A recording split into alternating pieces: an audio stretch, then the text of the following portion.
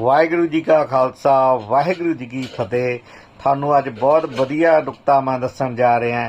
कई बजुर्गों नूं, कोई भैणां नूं, वीरां नूं सुजन हो जाती है कफ दे नाल, ਉਹਦੇ ਲਈ ਤੁਹਾਨੂੰ ਨੁਕਤਾ ਦੱਸਣ ਜਾ ਰਿਹਾ।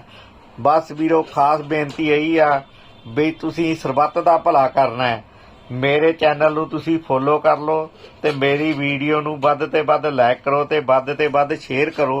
इन्नी बेनती नूं जरूर प्रवान करना। तुहानूं मैं हुण कफ का नुकता दस्सण जा रहा, बड़ी वधिया नुकता दस्सण जा रहा। बहुत छोटा जिहा जिहड़ा तुहाडे घर च हर चीज़ पई आ, रसोई च पई आ।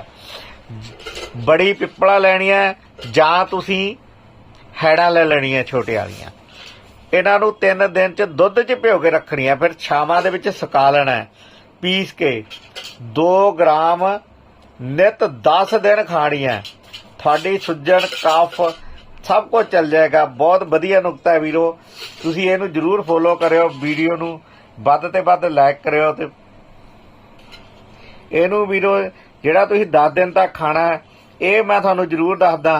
ये तुसीं सवेरे शामी खाना है, सवेरे शामी रोटी के बाद खाना है। ये खाण दे नाल तुहाडी सुजन जिहड़ी है गले दे विच आ, मिठा नहीं तुसीं खाना, मिठे नाल ज़्यादा बगलम बनदी आ।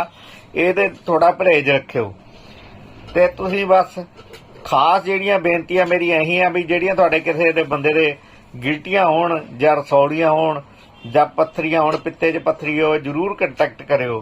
बस इन्नी बेनती है वीरो, मेरे चैनल नूं तुसीं फॉलो कर लो ते मेरी वीडियो नूं वध ते वध लाइक करो ते वध ते वध शेयर करो। जे सबत का भला हो सके, जे हर किसी बंदे कोल वीडियो पहुँच जाए तो वह अपनी दवाई बना के खा सके।